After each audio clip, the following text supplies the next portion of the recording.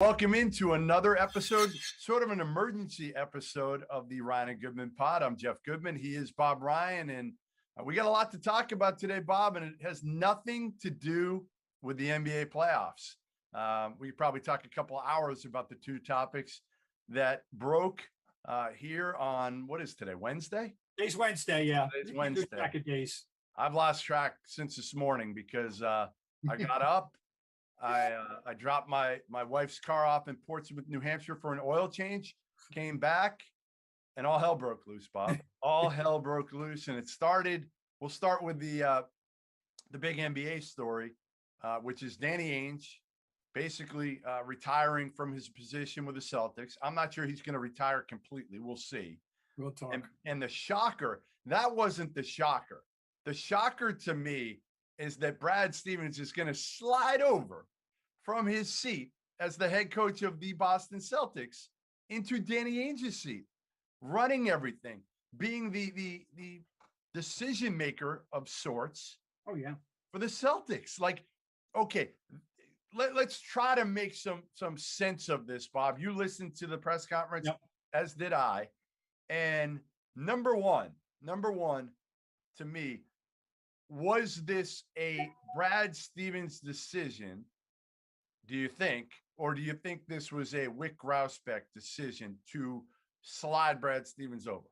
I'm not a conspiracy guy. I mean, really, and I want to believe it's Brad Stevens' decision, although that does raise my number one question. It wasn't addressed, not in any way enough for my satisfaction during the press conference. Brad, are you done coaching forever? Do you want to coach? Well, you told us you love coaching, but you're now not going to coach. You're 44 years old. And so are you telling us now that you foresee that this is your executive path? This is your path? This is your way of staying connected to basketball for the rest of your functioning, adult life? Or what? No coaching, juice. That wasn't addressed. And I just find it a curious move in that regard at this, now plenty of room at 44, plenty of room left, to down the road, but still that was interesting. So to your question, I want to believe it was, but I don't know. I don't think in those terms. Here's my thing, and I am a conspiracy theorist. So let me say that right off the bat. All right, good. I just feel like, okay, here's my question. Like, all right, a big move had to be made. We knew that, right? So Danny Ainge is leaving. And if you're Wyc Grousbeck, you got $30 million on the hook or thereabouts with Brad Stevens, right? You don't want to pay $30 million. You just don't. You got 4 more years. You just extended him a year ago. You gave him a 5-year deal. So you don't want to pay him $30 million. So can you come to some sort of conclusion of like, all right, what can we figure out here? Brad's super smart guy. We know that. Super smart. If anybody can figure this transition out, it's Brad Stevens. And maybe it was one of those, well, listen, this isn't working. We got to make a move here. And maybe it was just something where they both came to the conclusion of like, let's try this. Brad, we'll see if you like it, if you're good at it. If you're not, you'll go back into coaching in a year. And oh, by the way, we also want to pay the $28 million because we're going to move you into Danny's seat and get something for that money. Yeah. And if somebody hires Brad in a year, Bob, there's probably an offset where they won't have to pay him the remaining $20 million on his contract. I don't know. That makes sense. I'll be honest. I hadn't even considered the money. Yeah.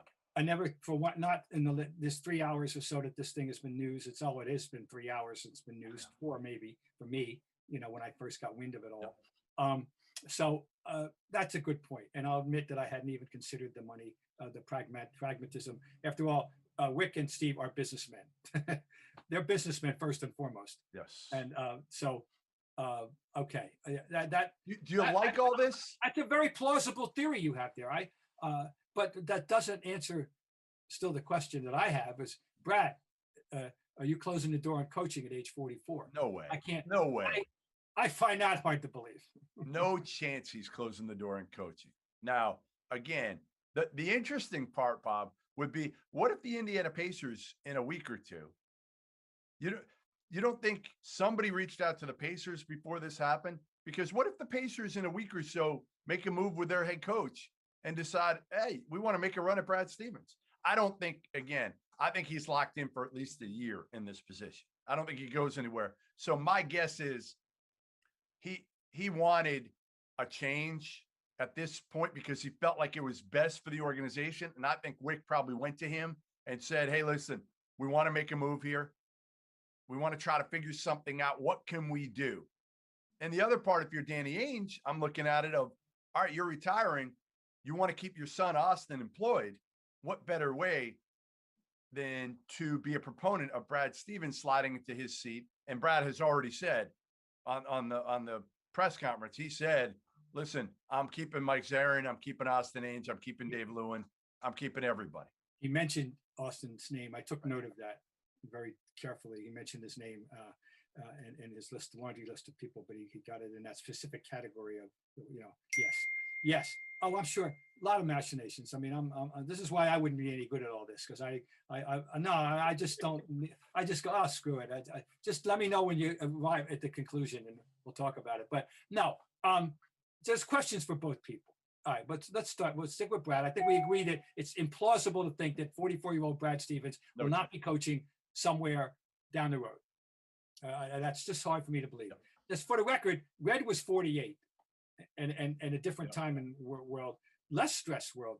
He had all the responsibility because they had no assistant coaches, no traveling secretary, no nothing. He did everything. That's what you did in those days. And he gave it up at 48. People don't realize that. People do not, because he always looked indeterminate middle age. He looked the same at 68 as he did at 38, and that's the gospel truth. It's amazing. He looked the same. Yeah. Anyway, but people don't know that. Red Auerbach was 48. Danny Ainge is 40. I mean, Brad Stevens is 44, and it's hard for me to believe that. All right, that I think we agree on that. So how long he's going to be this boss of the Celtics is it's not going to be a real long term. I want to know. I want to get to it. What did you think of it? Do you like it? Do you not like it? Let's start with the Brad Stevens, because Danny Ainge retiring is Danny Ainge retiring. You can like it. You can not like it. He's 62 years old. And he had the heart attack. Removed from a heart attack. Right. Cited that. Admitted that had a lot to do with his thinking from the minute he had it. He answered that question very, clearly, without dodging it or any. Yeah, Brad danced around a couple things a little bit, but in a way Brad can, where he never really looks like I have no problem with the idea that I think Brad Stevens can do this job. Yep. But I'm dying to find out, who's going to succeed him. And well, that's the biggest question, because, listen, I think we all can agree that this team needed a change somewhere, and it probably needed a new voice. I felt like, again, it had run its course, and Brad almost said that. He almost said in the press conference, hey, you know what? Sometimes change is good. A different, fresh perspective is good. Oh, I think we've all come to understand that. Right. Something that was not part of the dialogue even 15, 20 years ago, but it is now. It's a permanent part of all sports dialogue. We have Exhibit A in Philadelphia. I'll say it again. I said it 2 weeks ago. I said it. You had a team that needed a new voice, and you had a coach that needed a new set of ears. And they benevolently have found each other at a high level. Yep. And it's a wonderful, for the time being, it's a wonderful match, Doc and Philly. It's working out, it's working out. We won't get into whether Embiid, the Embiid thing, that's another story. But the point is, the partnership has worked this year. It was a perfect match. And I think, and Brad's case was 8 years. All we wondered, why? The question was never answered. It couldn't have been this year. We identified problems, but why? Why did they have 39 double-digit deficits with a team this talented? Why? It was not defensible. There's no valid reason for that to have happened. And it was circling back to the coach. Yeah. I mean, again, listen, I trust Brad. I think he's so smart. I think he'll figure this out. I just don't know if he's invested in this long term. I don't think he can know that answer right now. Now, he did profess allegiance to the flag of the leprechaun flag over and over.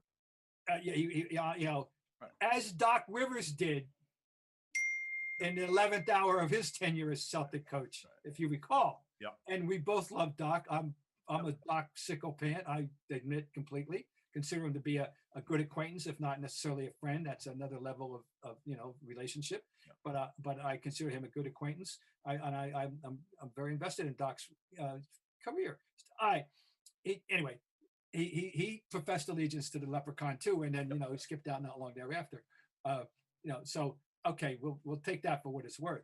But he did very much proclaim himself to be a Celtic. And have to care about the welfare of the Celtics, allegiance to his bosses. He said it was a big kissy face thing all around. Rick and Steve love Danny and Brad. Brad loves Danny. Danny loves Brad. People. Yeah, Danny loves Rick and Steve. I mean, it was right.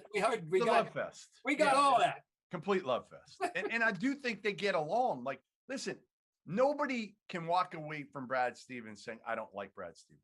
I've never heard of anybody doing that, ever. Now, again, you could have your issues with him as a coach. Is he too nice? Does he let Marcus Smart and anybody shoot too many threes? Like, I have some of those questions. Yeah. Oh, you brought that up many times. And I do feel like it's the best thing for Brad in a way to get out of that seat, because I think it was only going to get hotter and hotter next year. And I think it was best for him. Now the thing is, but he's got the responsibility. Let's face it, there is a roster issue. Yes. And it's not easy. And we agreed there's only one remotely tradable component, and we're not sure how valuable he is in the eyes of other people. Right. Marcus Smart. Right. Because you're not trading Brown and Tatum. That's ridiculous. You're not now. Like, I felt like there was a chance. I felt like there was a chance, if everything else has stayed the same, that you might have had to look at trading Jaylen Brown for the right package. But you're not now. This was your major move. But again, a new coach coming in, if you keep the roster the way it is, yes, you'll have a different voice, a different system, all of it. But frankly, again, I feel like the pieces of the best three players don't fit together great. So how do you tweak with that? I don't know. But let's get back to it. All right. So Brad Stevens as the GM, what is your first thought of, like, he knows the team well, but I guess it is getting back to what we were talking about. Like, what do you do if you're Brad Stevens? What do you do? I know we were talking about this, whether it was Danny or whoever was going to be. Let's go coach. Let's go coach first before we go personally. Number one, he said all the nice things about his staff. Yeah. God forbid, please don't hire anybody inside. No, you can't. You can't hire anybody on the staff. Just explained the Doc Rivers thing with Philly. We need somebody's out there. I saw a name out there. I didn't want to look at the whole list because it just made me ill. Some of this nonsense, Yeah. Rick Pitino, stop it with the list. All right. But there's a name out there of a good basketball man and a good person, and I would like and that's Alvin Gentry. Okay. I like that name. Yeah, Alvin's good. He's solid. It's what I like. Job. Names that have been thrown out there a little bit more. There's three of them, and then I'll give you the name that I would look at. But Lloyd Pierce, who it didn't work with in Atlanta, he butted heads with Trae Young. Okay. Yeah. So Lloyd Pierce, from what I hear, really well respected. It just didn't work out in Atlanta. Then you have Jason Kidd, who, I'm not a fan of that one at all.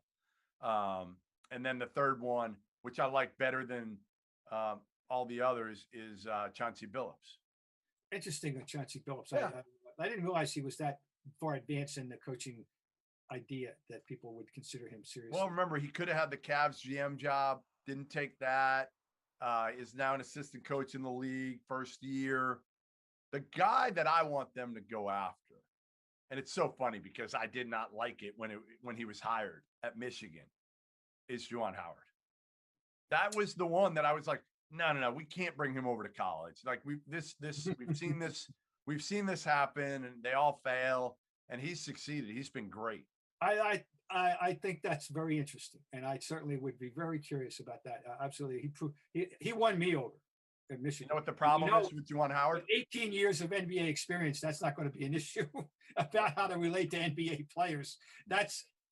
It was just the reverse that we were worrying about. So we know we can handle that part. That's an interesting one. Yeah. The issue with Juwan Howard, Bob, he's got one son on the team at Michigan and another on the way coming. Oh, Jesus. I don't think he leaves, but you never know. I mean, it is the Boston Celtics, and he couldn't get an NBA head coaching job 3 years ago. His sons, when we were talking earlier about Brad's move and staying in Boston, a family, they're fixed. Those kids have grown up here now. And he can see him more now. He can work his schedule around seeing his kids' games. Like this, listen, again, do I think, they said it was a promotion for Brad. I don't believe it was a promotion. I'm not buying that. No, I've heard that. I didn't even think of it in those terms. It's another job of equal, whatever it is. But it's different. It's different. Parallel. Head coach is important than the GM. No, I'm not worried about that. That's semantics to me. I don't care. Right. I don't care. Really. No. Let's talk about Danny in a second now. In terms of 62 years old. Yep. I can't believe he mentioned 44 years continuously. Yep. Involved with the league, which includes broadcasting. Yep. It's in his blood. It's been part of his entire adult life. I just had a hard time believing that he won't be the next Jerry West. That in 10 years, I agree, and that in the next 10 years, at age 72, he'll be on someone's payroll. Utah Jazz, Bob. I say Utah Jazz. I say he goes out to Utah, plays a lot of golf, and is a consultant like Jerry West. And Jerry West makes like crazy money to answer 10 phone calls from the Clippers. My life's dream, Jeff, is to be a consultant. You are right here. You're making a ton of money. A high-paid consultant. That's my dream. And time's running out. But I think Danny can fulfill that for somebody down the road. Definitely. It's hard for me to believe he'll totally divorce himself from the sport that's been, although, because being one of the great all-around athletes we've ever known, frankly, he was a Major League Baseball player. Who knows? Hey, maybe he'll go to Jerry Krause to become a baseball scout. No, I think he'll try to be I think we talked about this. He'll try to be what's the name of the sport? The pickleball. I think he's good at pickleball. Maybe he'll try to be a professional pickleball player. God. He can do it. This is a man who once played in 2 state high school all-star games on the same Seniors day. Tour golf. Seniors Tour for golf. I know. And baseball in the afternoon, basketball at night. And he was a highly recruited wide receiver by every school west of the Rockies. Amazing. Makes me amazing. Too much to grasp. He looked like he was going to get a little emotional at a point today, didn't he? He's been there 18 years. Yeah. And not to mention that, he started out as a Celtic. He's a Celtic more than he's a son or a trailblazer. Totally. I think there's no doubt about that. But that doesn't mean, our prediction, our mutual agreed upon prediction that he'll wind up being on someone's payroll in due time. Right. But all right, assess the tenure, 18 years. I mean, listen, he made him competitive in most of them. When we thought they were done at a point, he had some help from his good friend Kevin McHale to get him back on track there and get the last banner. But and after that, he found a way, right? I mean, found a way. Brad Stevens, I thought, did a great job the first 5-6 years. So there's a lot of teams that would be happy to have a feather in the cap that they went to the conference finals 3 times. Yeah. Whatever it was. But I'm a Danny Ainge fan. I am. I know I'm not supposed to say that, but I've developed a pretty good relationship with him over the last 15 years. I can say it. And I remember I was so pleased to know he remembered that we didn't know what was going to happen at that specific day, the day he was activated as a Celtic, and after he had gotten extricated from the Blue Jays, and they had won they didn't win the trial. They had a settlement with the Blue Jays after losing the trial. Anyway, we had lunch down the street at Causeway Street, and then later in the afternoon, he found out middle of the afternoon he was activated, and he got in the game that night. I remember they kicked somebody's ass that night, and he got in some garbage time. Anyway, Danny Ainge, it's amazing. It's a wonderful career. No, I think it's been a success. And you think that they had a chance to win 3, definite. 09, KG got hurt. Right. Period. That was the end of that. And then in 10, it's one of my recurring nightmares. They're up 3. and in 3 possessions totaling 94 seconds of the fourth quarter, they went down 6, and Derek Fisher hit him with a 3 to start it. And that's that's when Perkins didn't play game 7, and Rasheed Wallace, they needed 1 game out of that. I won't say it. Couldn't get him. Fellow, Couldn't get it. and he didn't get it. Nope. They could have won 3 easily. Yeah, I mean, definitely 2. I thought 2 was realistic. Yeah, 2 would be fine. Should have had a second. Should have had a second out of those 2, and didn't. But yeah, listen. I know a lot of people will hammer Danny. They already, they were, and throughout. At one point it was holding on to your picks too long. Some of the trades.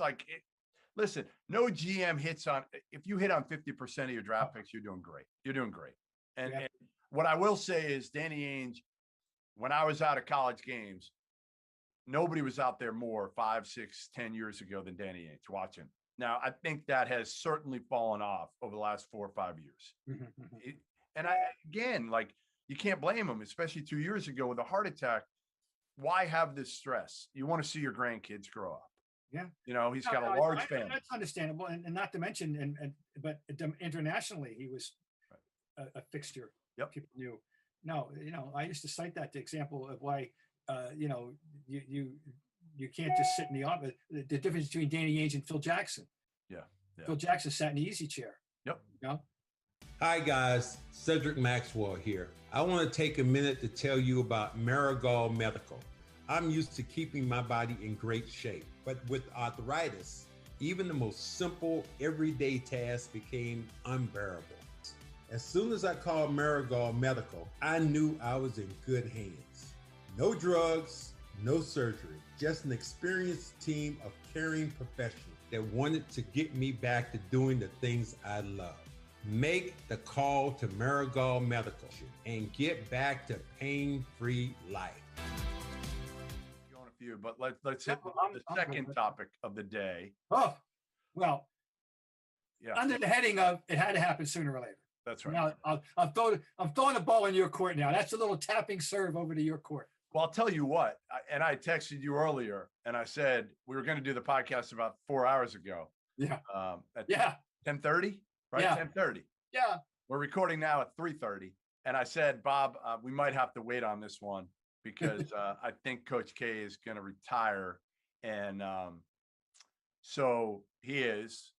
It's still not out officially yet. Probably will be by the time this is released, but he's going to coach this final year and going to retire. He's 74 years old, so he'll be 75 when he retires. And as you said, it's not a shock, but I think the timing is a little bit different from like Roy Williams, who just went out at the end of the year and said, I'm done. Mm-hmm. Coach K goes down as the all-time winningest coach in NCAA men's Division I history. 5 national titles, one of the greatest ever to do it. But I think, again, for a lot of these guys that are getting older now, Bob, Boeheim, K, Roy, with name, image, likeness coming in, and with the insanity of the transfers these days, it has sped up the process. I think K would have maybe taken it year by year and said, let me see how I feel after next year, and not made a decision.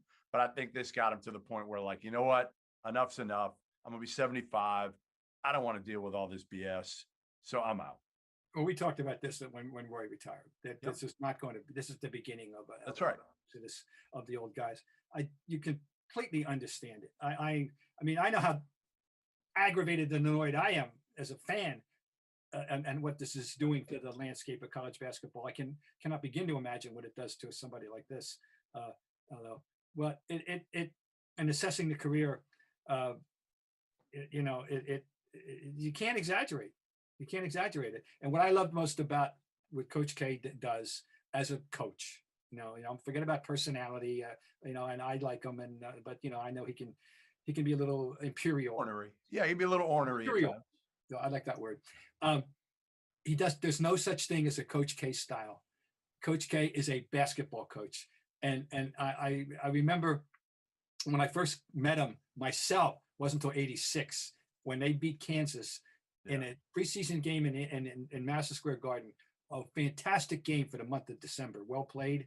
And I met him and talked to him, and we got talking about positions and positionless stuff.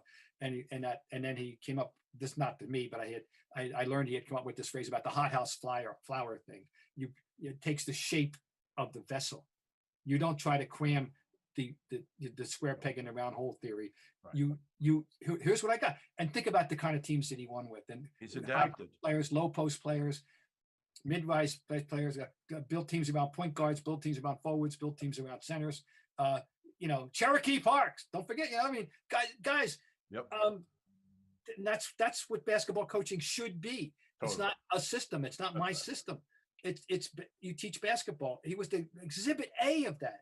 Yep. And that's what I remember most about him. No, he's done a great job adapting, not only in his style of play, but also being able to connect to kids. But as you get older, like imagine at 74 having to talk to high school kids all the time right now and recruit them. Like, doesn't it become at a point where you're just like, I can't do this anymore? Now, is he? I'm asking you. You might have no. Is he only a closer now? Maybe, and he isn't even. I don't know. I mean, like. He's out there all of July. I mean, he's out okay. there. All right, I'm asking. We're going to be out. I'm going to go out to. There's 2 weekends in June. There's 3 weekends in July. My guess is Kay's going to be out at all of them, sitting there watching these kids, evaluating these kids in a gym when he should be. Somebody caught up with Roy Williams today, and got his reaction on Coach K. You know where Roy was? Yep. Where was Roy? Some camp. No, golf course. Golf.